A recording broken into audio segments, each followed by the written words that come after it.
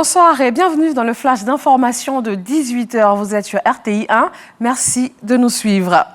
Conseil des ministres présidé ce 23 avril au palais de la présidence de la République par le chef de l'État Alassane Ouattara.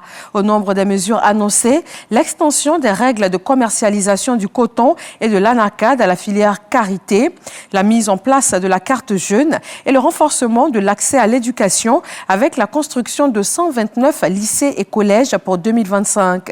Le porte-parole du gouvernement s'est aussi prononcé sur l'actualité politique, notamment la radiation du président du PDCI RDA, Tidiane Thiam. Il est tout à fait légitime qu'un justiciable utilise toutes les voies de recours qui lui sont offertes. Mais c'est fait dans l'ordre.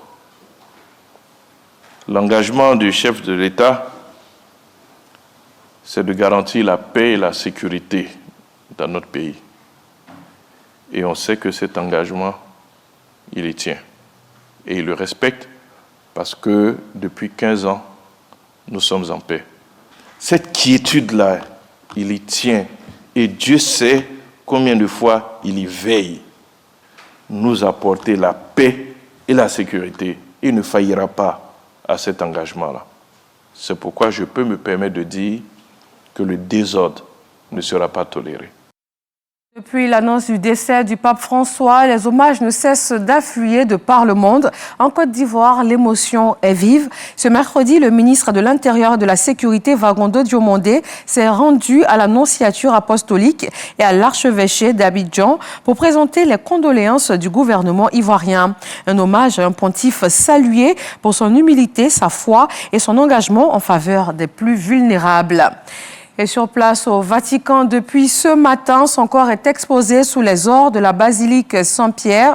Les fidèles, avec beaucoup d'émotion, se recueillent auprès de la dépouille du pape François et cela sera possible jusqu'à vendredi soir, avant les funérailles prévues samedi. Dans l'actualité sur le continent, en Guinée, le procès en appel de l'opposant Aliouba s'est poursuivi à Conakry.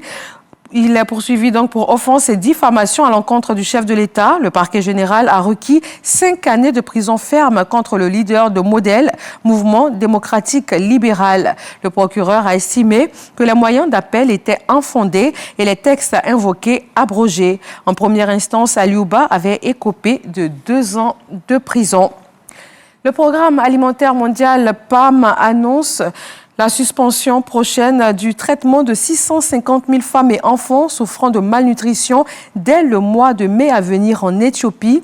Une décision qui intervient en raison des coupes dans l'aide internationale. L'organisation prévoyait pourtant d'apporter une assistance nutritionnelle vitale à 2 millions de mères et d'enfants en 2025. Sans cette aide, ce sont en tout 3,6 millions de personnes qui pourraient être privées d'aide alimentaire dans les semaines à venir.